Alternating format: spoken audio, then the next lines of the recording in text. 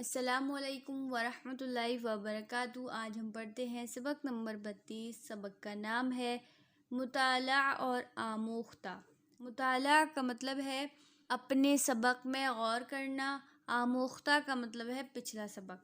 کتاب کا مطالعہ طالب علم کے واسطے نہایت ضروری کام ہے، کیونکہ اپنے سبق میں جس قدر غور و فکر تم خود کرتے ہو، اس سے تمہارے ذہن کی قوت اور اصلی استعداد بڑھتی ہے۔ اگر تم اپنی طبیعت پر زور نہ ڈالو گے اور محض استاد کی تعلیم پر تکیہ کرو گے تو تمہارا حال ان اپاہج بچوں کا سا ہو جائے گا جو خود پاؤں چلنا نہیں سیکھتے بلکہ دوسروں کی گود میں لدے لدے پھرتے ہیں۔ بے شک ابتدا میں طالب علم کو اس بات کی طرف زیادہ توجہ کرنی چاہیے کہ جو کچھ استاد بتاتا اور سمجھاتا ہے اس کو خوب غور سے سنے اور حرف بحرف یاد رکھے۔ جو ذخیرہ استاد کی تعلیم سے تمہارے حافظے میں جمع ہو جاتا ہے اس کو ساتھ ہی ساتھ کام میں لانا شروع کرو۔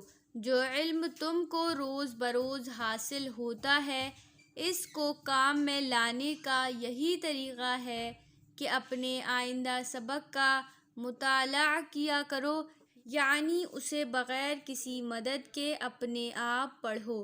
اس طور سے تمہارا علم بہت جلد ترقی پائے گا۔ اگر آج 2 ہے تو کل 4 ہو جائے گا۔ شاید شروع میں یہ کام تم کو بہت دشوار اور ناگوار معلوم ہو، لیکن خبردار گھبرانا مت۔ ذرا صبر کے ساتھ اس طریقے پر عمل کرو گے تو سب مشکلیں آسان ہو جائیں گی اور خود بخود تمہاری طبیعت کو کامیابی کی راہیں سوجھنے لگیں گی۔ مطالعہ کرنے والوں کی کیفیت ابتدا میں ان بچوں کی سی ہوتی ہے جو گھٹنوں کے بل چلتے ہیں، پھر کھڑا ہونا سیکھتے ہیں تو گر پڑتے ہیں، لیکن وہ اپنی مشق برابر جاری رکھتے ہیں۔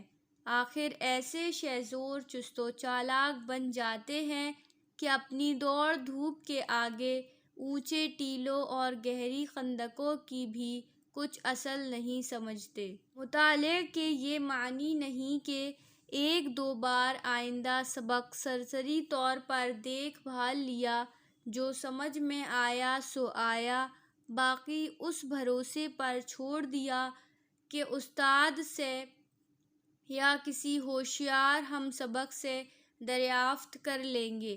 ایسا مطالعہ بالکل ناکارہ ہے۔ اس سے کچھ ترقی تمہاری استعداد میں نہ ہوگی۔ اگر تمہارے منہ میں دانت ہے تو تم دوسروں کے چبائے ہوئے لقمے کے منتظر مت رہو بلکہ خود چباؤ اور کھاؤ۔ مفید طریقہ مطالعہ کا یہ ہے کہ ایک ایک لفظ اور ایک ایک فقرے پر دل لگا کر غور کرو۔ کیسی ہی خفیف بات ہو اس کو بغیر سمجھے نہ چھوڑو۔ جب تم اس اندازے سے مطالعہ کرو گے تو بعض باتیں ایسی پاؤ گے جو پہلے سے تمہارے ذہن میں موجود ہیں۔ ان پر غور کرنے سے تمہاری یادداشت تازہ اور پختہ ہو جائے گی۔ بعض باتیں تمہاری نظر سے ایسی گزریں گی جو تمہاری جانی ہوئی باتوں سے ملتی جلتی ہیں۔ ان کو تم تھوڑے تأمل اور فکر سے سمجھ سکو گے۔ بعض باتیں ایسی بھی پیش آئیں گی جو بالکل نئی ہیں، مگر خوب غور کرنے سے وہ تمہارے قیاس میں آ جائیں گی۔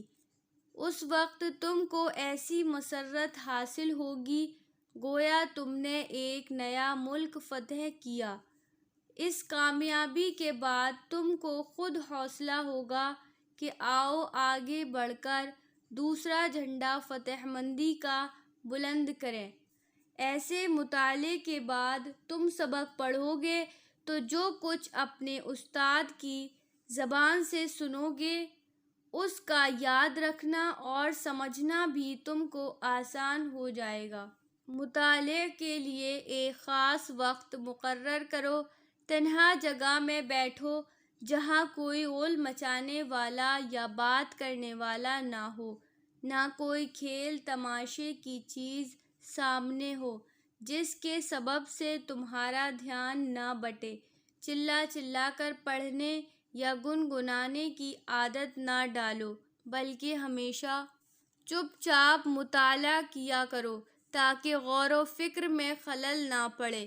کتاب پر جھک کر مطالعہ کرنا جسم کے لیے مضر ہے۔ یا تو سیدھے بیٹھو اور اگر ہو سکے تو چہل قدمی کرتے ہوئے کتاب دیکھا کرو۔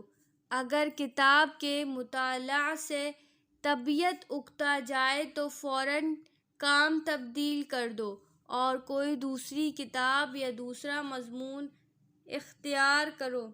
مثلاً زبان کی کتاب سے جی بھر جائے تو ریاضی کا مطالعہ کرو، اس سے بھی طبیعت سیر ہو جائے تو تاریخ و جغرافیہ دیکھو۔ غرض یوں رد و بدل کر کے طبیعت کو کام میں مصروف رکھو۔